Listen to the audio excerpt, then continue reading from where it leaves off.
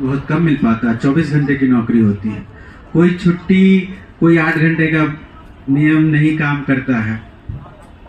कैसे आप मैनेज करते थे सुपर 30 को, और सुपर 30 का आइडिया कैसे दिमाग में आया, और नौकरी करते हुए उसको कैसे आप मैनेज कर पाते थे?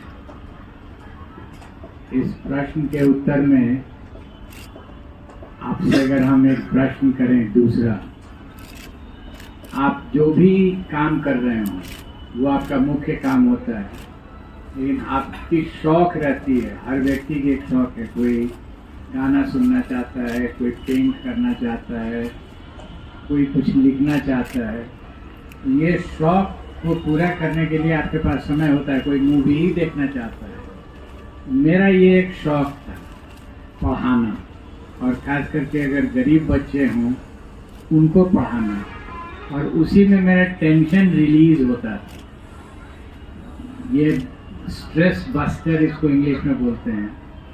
तो इसलिए उसके लिए टाइम निकलना ही है, क्योंकि वो आपका पैशन है।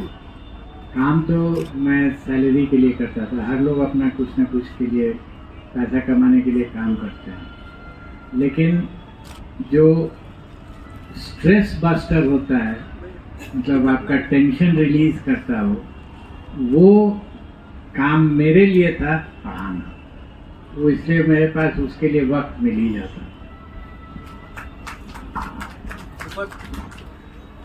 सुपर 30 के बारे में हम सब जानते हैं, बहुत ही प्रसिद्ध हुआ, बहुत ही पॉपुलर हुआ। वहाँ से कई सारे लड़के निकले और आगे बाद में फिर सर ने वहाँ छोड़ भी दिया सुपर 30, वो लगभग रुक गया सर। फिर बाद में आपने एक दूसरा भी शुरू किया, अभी उसके बारे में थोड़ा बताएं सर। पहले सुपर 30 सिर्फ पटना में बेस्ड था, और धीरे धीरे जब ये मैंने छोड़ दिया, इसकी एक अलग कहानी है। लेकिन उसके बाद मैंने सोचा कि भौगोलिक रूप से अगर इसको पूरे देश में फैला दिया जाए तो सबों को फायदा होगा, और हुआ भी वही। आज सुपर 30 के जितनी शाखाएं हैं उसकी संख्या अनगिनत हो गई, और बहुत बच्चों को फायदा हो रहा है इससे। तो ये चारों तरफ हो गई है। सबका फाइनेंशियल मॉडल अलग अलग है, सब में कॉमन एक ही चीज़ है कि जो बच्चे हैं उनसे कुछ नहीं लिया जाता है।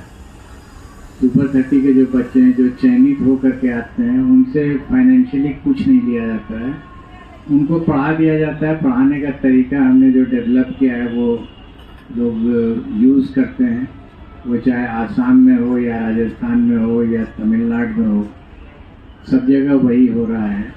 फाइनेंशियल मॉडल थोड़ा थोड़ा डिफरेंट है। जैसे भारत सरकार ने ही बहुत सेंटर्स खोल दिया है एक NGO के माध्यम से, तो वहाँ भारत सरकार अपना पैसा लगाती है और गरीब बच्चों को पढ़ा देती है।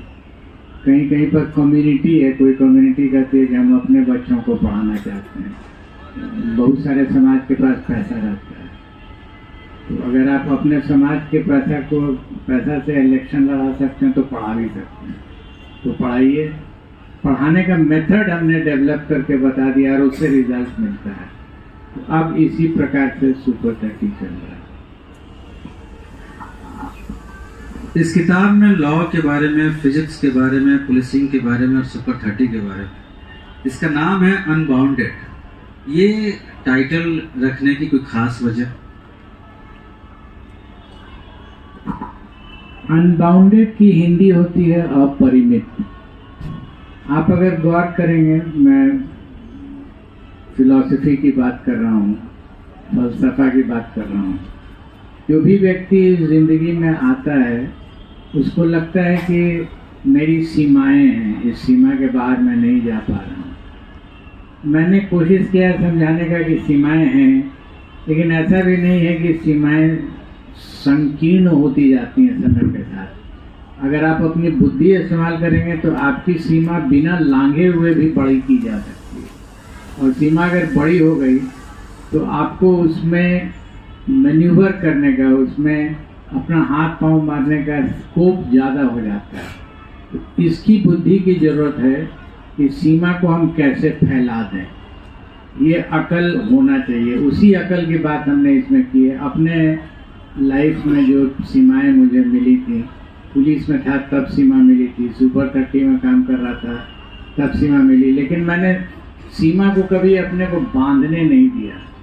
मैंने उसको अपनी बुद्धि से सीमा को फैला दिया चारों तरफ। जैसे सुपर 30 ही फैला, ये कोई एक जगह नहीं रह गया, ये फैल करके सुगंध इसमें था।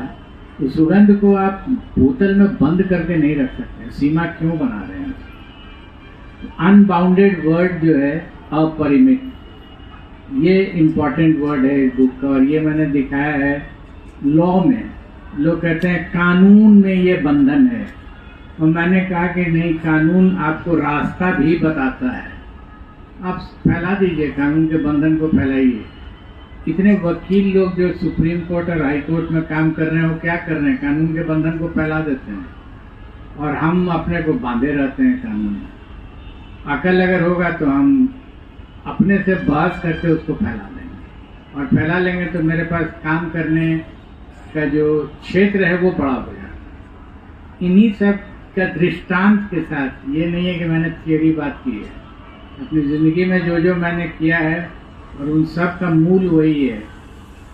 सीमाओं को मैंने कोशिश किया है फैलाने का और दिखाने का कि मैंने कैसे फैलाया है। उसके कई दृष्टांत हैं। अगर यहाँ समय रहता है तो मैं आपको एक दो दृष्टांत से समझा दे सकता हूँ। बिल्कुल, एक समय है। अब जैसे आपको एक छोटी सी बात बताते हैं। वर्ष है 1983। मैं था एसपी साहबगंज में, अब वो जिला झारखंड में चला गया है। आए दिन जो होता है, सड़क जाम हो गया, मजदूरों ने हड़ताल कर दिया, सड़क जाम हो गया। मैं दौड़ा हुआ पहुंचा वहाँ, तो तरीका तो जो पुलिस का है, मारो लाठी साहब भगाओ यहाँ से, सड़क कैसे जाम करेगा। मैंने पूछना शुरू किया कि आपकी समस्या क्या है, तो उन्होंने बताया कि ठेकेदार हमसे काम कराया 1 महीना और पैसा नहीं दिया। तो होगा कि इसमें पुलिस क्या कर सकती है? ठेकेदार और आपके बीच में, मजदूर के बीच की बात है। क्यों पैसा नहीं दिया है तो आप जाके कोर्ट में केस करके ले लीजिए पैसा, लेकिन आप सड़क क्यों जाम कीजिएगा? मैंने उस समय तक पुलिस के पास कोई मेथड नहीं था इसको रोकने का या इसको दिला देने का पैसा। हमको फ्लैश किया कि मैं इसको कोशिश करके दिला दे सकता हूँ, दबाव डाल करके नहीं, कानूनी रूप से। मैंने क्रिमिनल मिसअप्रोप्रिएशन का केस किया। थानेदार ने कहा कि ये तो होगा ही नहीं सर, इसमें आज तक कभी नहीं हुआ ऐसे। उन्होंने कहा चलिए हम तो करके दिखाएंगे। और मैंने जब उसका केस किया कि उसने मजदूरी की है, उसके पास पैसा और है नहीं, उसके पास न कोई प्रॉपर्टी है, तो उसने मजदूरी करके अपने वेल्थ को, अपने प्रॉपर्टी को, उसकी प्रॉपर्टी उसकी मजदूरी है, उसको दे दिया है ठेकेदार को महीना के अंत में उसको लौटाने के लिए। मजदूरी कन्वर्ट हो रहा है पैसे में। ये मेरी सोच थी। और जब मैंने इस तरीके से केस को दर्ज किया मिसअप्रोप्रिएशन का, तो इवन सुप्रीम कोर्ट ने होल्ड किया कि नहीं, तो सही लॉजिक है। और उसमें ठेकेदार को मैंने हॉलअप किया क्रिमिनल केस में, एंड ही हैड टू पे, एंड चार्जशीट भी हुआ उनको। तो ये सोचने का तरीका है। मैं भी चाहता तो कहता नहीं, ऐसा तो कभी हुआ नहीं है, तो क्यों होगा, थोड़ी आगे बढ़ा जाए और लाठी मारिए। आपने जो ये रास्ता निकाला और उनका काम भी हो गया, तो अब क्या पुलिसिंग की आपके समय में और अब के समय में पुलिसिंग के तरीके में बहुत बदलाव आ गया है क्या? तरीका में बदलाव नहीं आया है। प्रॉब्लम्स हर समय अलग अलग आते हैं। और सीनियर जो आईपीएस बनाया था भारत सरकार ने कॉन्स्टिट्यूशन में, आपको पता होगा कि संविधान जो है उसमें आईपीएस का जिक्र है, किसी दूसरी नौकरी का नहीं है। आईपीएस का जिक्र है कि आईपीएस होगा और ये काम करेगा। तो वो क्यों बनाया गया? इससे कि आप बहुत पढ़े लिखे हैं, आप यूपीएससी दे करके आते हैं, आप कोई क्लर्क नहीं बनने जा रहे हैं, तो समाज आपसे उम्मीद करेगा कि आपकी सोच बहुत पढ़े लिखे व्यक्ति की होनी चाहिए। और पढ़े लिखे व्यक्ति की सोच और साधारण व्यक्ति की सोच में अंतर होता है। वो सोचता है उसमें क्रिएटिविटी होती है, उसमें रचनात्मकता होती है। तो जो अभी आपको मैंने एग्जांपल दिया वो रचनात्मकता थी। ये रचनात्मकता किससे उम्मीद की जाएगी? सिपाही जी से तो नहीं उम्मीद की जा सकती, क्योंकि उनकी पढ़ाई उतनी नहीं हुई है। तो फिर आईपीएस आप बनते क्यों? और यही मैंने दिखाने की कोशिश की है। मैंने जब ये किताब लिखी तो मेरे आँख के सामने में सभी आईपीएस ऑफिसर थे जो नए यूपीएससी करके और आ रहे हैं। आज क्या हो रहा है, साहब बन गए, उनके घर में ढोल बजा, नगाड़ा बजा, साहब बेटा तो हो गया आईपीएस, मिठाई बांटो। उसके बाद जब उनकी चर्चा होगी सोशल मीडिया पर, होगा कि अब तो ये भगवान हो गए, अवतरित हो गए। नहीं हुए, आप भगवान नहीं हुए हैं, आप एक बुद्धिमान सेवक हुए हैं। बुद्धिमान सेवक की वर्ड मैं नहीं यूज कर रहा हूँ, बुद्धिमान सेवक, क्योंकि आप यूपीएससी कंप्लीट करके आए हैं। और बुद्धिमान व्यक्ति क्या करता है, किसी भी भीषण परिस्थिति को समझता है कि ये क्या हो रहा है और उसके पास एक सहज उत्तर उसका मिल जाता है। ये सब चीजें बुक में लिखी हुई हैं और मैंने हवा में नहीं लिखा है, एक एक का एग्जाम्पल दे करके लिखा है। जैसे एक दिखाया मैं आपको, किताब में है वो। इस तरह के कई और हैं, किस परिस्थिति में कैसे सोचते हैं। भीषण समस्या होगी, समाधान बहुत सहज मिल जाता है, लेकिन सोचिए तब, सोचना छोड़ दीजिएगा तो ऐसे ही चलता रहेगा। आपने कहा कि सोचिए तो समाधान जरूर निकलेगा, लेकिन अभी की परिस्थिति में कई बार ये लगता है कि वो अपने पॉलिटिकल मास्टर्स के इशारे पे ज़्यादा चलने लगे हैं और बिल्कुल उनको जो सामने जिस तरीके से डील करना चाहिए पब्लिक को, शायद उस तरीके से डील नहीं कर पा रहे हैं। ये इस तरह का आरोप लगातार पुलिस पर लग रहा है। ये शो करता है कि आप सरेंडर कर रहे हैं। हम ये नहीं कहते हैं कि आप झगड़ा करते रहिए हर समय, लेकिन मेरी जो अपनी सोच रही है, जिस सोच को हमने लागू किया है लगातार 3700 साल, और संभवतः आज मैं नौकरी में नहीं हूँ, अब 8 साल हो गया है, लेकिन जो एक बिंदु पकड़ के मैं चला वो था, सुनना है सबकी, क्योंकि कहाँ से कौन आइडिया मिल जाएगा वो कोई नहीं जानता। हो सकता है बहुत कम पढ़ा लिखा आदमी भी बहुत सुंदर आइडिया दे दे, व्यवहारिक बात उसके पास, लेकिन समझ मेरी होगी, वो निर्णय मेरा होगा, वो समझने के बाद होगा, और उसका जो अच्छा चीज निकलेगा वो भी मेरा होगा, और जो उससे खराब चीज निकलेगा उसकी भी जवाबदेही मेरी होगी। लेकिन ये मैं नहीं कहूँगा कि मैंने उसके कहने पर ये कर दिया था, इसलिए हम क्या करें, हम तो उसके कहने पर कर दिए। ये गलत है। सुन लीजिए, समझ लीजिए, निर्णय अपना लीजिए, और जो अच्छा होगा वो भी आपका होगा, जो बुरा होगा वो भी आपका। जी, इस किताब में एक स्पीडी ट्रायल की भी चर्चा आपने की है, और इकोनॉमिक टाइम्स के अय्यर साहब उन्होंने लिखा भी है, the famous director general of police who was the brain behind Nitish Kumar's successful campaign for speedily trying and convicting criminals in Bihar. ये बहुत सक्सेसफुल भी बिहार में हुआ था, बाकी राज्यों के बनस्पत जल्दी अपराधियों को सजा मिलने लगी थी। तो ये इसके बारे में थोड़ा बताएं कि कैसे इसको आपने पॉसिबल बनाया। एक आपको मैं फलसफा बताता हूँ, फिलॉसफी है, और वो अंतर्राष्ट्रीय स्तर पर है। बहुत सारे देश हैं जिसको आप भी समझते होंगे, एक विकसित देश होता है, एक विकासशील देश होता है। हम लोग विकासशील देशों में से हैं। ये राज्य भी विकासशील राज्य है, अभी विकास की ओर बढ़ रहा है। क्राइम को देखा गया है कि क्राइम विकासशील देश में विकसित देशों से ज्यादा होता है, वायलेंस होता है वहां ज्यादा। तो बिहार से भी वही स्थिति है।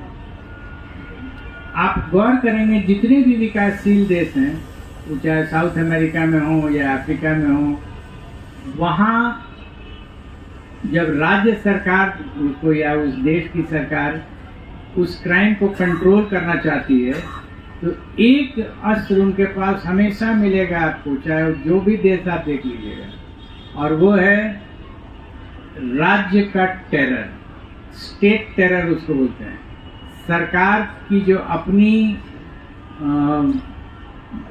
ताकत है, ताकत मतलब डंडा वाली ताकत, डंडा, गोली, लाठी, इसकी जो ताकत है उसका इस्तेमाल भरपूर होता है और जम के होता है, और तब उसको कंट्रोल में लोग लाते हैं, कहते हैं सरकार ने अपराध पर काबू पा लिया।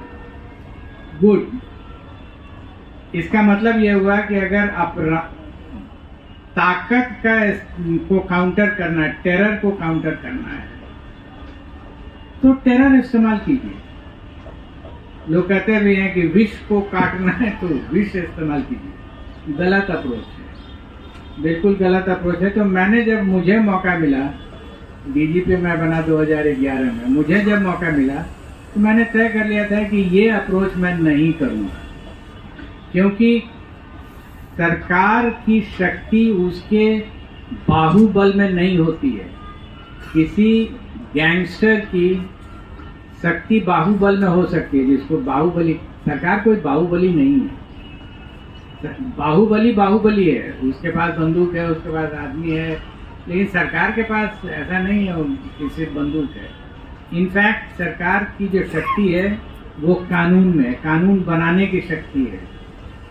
आपके जितने भी लेजिस्लेटर्स हैं, एमपीज हैं, एमएलएज हैं, उनको आपने वोट इसलिए नहीं दिया था कि वो बाहुबली बन जाए। आपने वोट इसलिए दिया था कि वो शक्ति कानून में दिखाएं, कानून की विवेचना करें और अच्छा कानून बनाएं, जिससे कि इन बाहुबलियों को नियंत्रित किया जा सके। ये काम था। ये शक्ति आपने जो दी थी वो डंडा लगाने के लिए नहीं दी। तो मैंने ये तय किया था कि नहीं, ये डंडा से तो नहीं होगा, जब होगा तो कानून से होगा।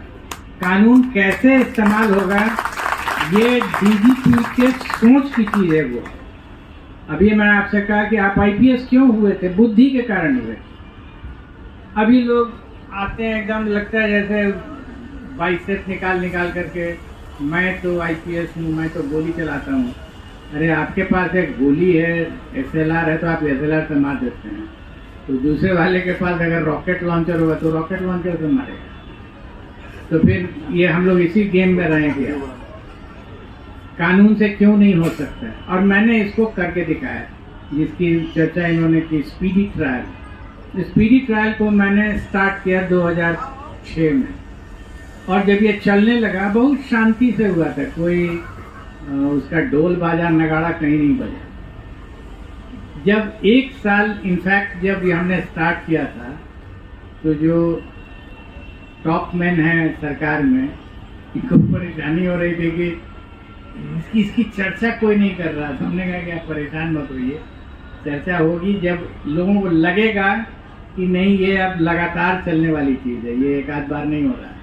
हर महीने में जब बाद आंकड़ा बढ़ना शुरू हुआ, लोगों को सजा होने लगी, लोग भय सबको लगता है। इवन छोटा बच्चा जो क्लास में गलती करता है, टीचर अगर उसको पकड़ करके और खड़ा करा दे कोना में, गलत किया रहो यहाँ कोना में, वो परेशान हो जाता है। लेकिन अगर उसको कोई देखे नहीं तो गलती करके और मुस्कुराता रहता है। पकड़ के लाइए और उसको सजा कराइए। आपको मारने का हक नहीं है, किसी को भी थप्पड़ से मारने का हक नहीं है, किसी को भी नहीं। हाँ, आपको हम एविडेंस में ट्रायल करा करके कानूनी तरीके से सजा कराएंगे, आपका पीछा करेंगे, सजा आप काटिएगा, इसकी व्यवस्था करेंगे। ऐसा नहीं होगा कि आप बेल जंप करके चल दीजिएगा, वो नहीं होगा, क्योंकि हम उसका पीछा करेंगे। लेकिन आपको जब हम पकड़ लेंगे तो आपको हम गाली भी नहीं देंगे। गाली जो आपको सुननी है वो कोर्ट से सुनिए। कोर्ट आपको देगा कि आपको आजीवन कारावास हुई, वही आपकी गाली है, सुनिए और जाइए आजीवन कारावास को। और ये भी हमने तय किया था कि आप अगर आजीवन कारावास हो गए तो आपके बच्चों के साथ अन्याय नहीं होगा। कई लोग मिले हमको जिनको सजा हो गई, लेकिन उनके बच्चे तेज थे पढ़ने में, तो मैंने उन बच्चों को मदद की है पढ़ने में, और वो निकल गए। उनके पिताजी हो सकता है गड़बड़ नहीं। इस पर प्रकाश झा ने, जो किताब में कमेंट भी है, प्रकाश झा ने कमेंट किया है, और वो आप मूवी भी उसको देखना चाहें तो OTT पर है, Z5 में। परीक्षा नाम है उस मूवी की। जिसमें inspired by the life of करके आई है किताब नहीं, सॉरी मूवी है परीक्षा, आप चाहिए तो देख सकते हैं। यही थीम है उसका। एक IPS ऑफिसर हैं और उन्होंने एक क्रिमिनल को पकड़ा है, तो क्रिमिनल रो रहा है कि सर मेरे बेटे की ज़िंदगी मत बर्बाद करने दीजिएगा, तो जा करके उसको यूनिफॉर्म में पढ़ा भी रहे हैं, जो सुपर 30 में मैंने किया। तो ये चीज़ें मिलेंगी आपको बुक में, और ये बुक तो ऐसे लॉन्च हो चुकी है, फिलहाल नोवेल्टी ने इसको रखा है अपने स्टॉल पर। आप चाहें तो अंग्रेजी में है लिखी हुई, लेकिन ऐसा कुछ अंग्रेजी नहीं है कि बहुत भारी भरकम है, आप चाहिए तो पढ़ सकते हैं। और लोगों ने पढ़ा है, इस पर बहुत सारे रिव्यूज़ आए हैं, बिहार के ही लोगों के रिव्यूज़ हैं, अमेज़ॉन पर आपको मिलेगा रिव्यूज़। बहुत लोगों ने पढ़ करके कमेंट किया है कि हर आदमी के लिए कुछ न कुछ, इनफैक्ट UPSC एस्पिरेंट लोगों के लिए इसमें चीज़ें निकल गई। हमको नहीं पता था कि UPSC एस्पिरेंट GS4 एक पेपर होता है एथिक्स का, उसके क्वेश्चंस इससे टैली कर रहे हैं। सिचुएशन उन्होंने दिया कि आप क्या करेंगे, एंड दे फाउंड कि सर इसमें तो आपने जो घटना की बात की है तो उसी प्रिंसिपल पर आधारित है। तो हमारी ज़िंदगी जो थी IPS IAS की प्रैक्टिकल प्रॉब्लम्स में जब हम मिलते थे, देखते थे, तो हमको समझ में आता था कि हमको यहाँ करना क्या है। और ये नहीं है कि हम अब समाज सुधारक हो गए, मैं अपनी नीति बनाऊंगा, आपकी नीति नहीं चलेगी, कानून की नीति चलेगी, और आप कानून के संवाहक हो सकते हैं, आप कानून के निर्माता नहीं हो सकते। कानून के निर्माता जिसको आप वोट देते हैं वो। ये किताब यहाँ भी उपलब्ध है, आप में से जो भी प्राप्त करना चाहे आप प्राप्त हम कर सकते हैं। ऑफर कर रहे हैं कि आप अगर लीजिएगा और हमसे चाहिएगा तो मैं घंटा बैठ करके आपको ऑटोग्राफ कर देंगे, फोटो खिंचाना चाहिए तो आप और आज कुछ छूट के साथ भी प्राप्त कर सकते हैं आप। ठीक ही जैसा कि सर ने कहा कि आतंक से आतंक को खत्म नहीं किया जा सकता, और गांधी जी भी कहते थे कि आंख के बदले आंख तो पूरी दुनिया अंधी हो जाएगी। और पिछले कुछ वर्षों में हम लगातार देख रहे हैं पूरी दुनिया में, अपने देश में भी और पूरी दुनिया में, कि आतंक के नाम पर एक दूसरे तरह का आतंक भी पैदा किया जा रहा है, जिसको आपने 2 मिनट रुक जाए तो फिर कर देते हैं आप। अच्छा आगे तो आ गया, आप आ जाइए। जी जी जी आप क्वेश्चन करते जाइए आप। जी जी। तभी हमने देखा कि आतंक के नाम पर पूरी दुनिया में और अपने मुल्क में भी। आपका इनिशियल्स क्या हुआ रहा है सर? प्रभात कुमार राय। हाँ बोलते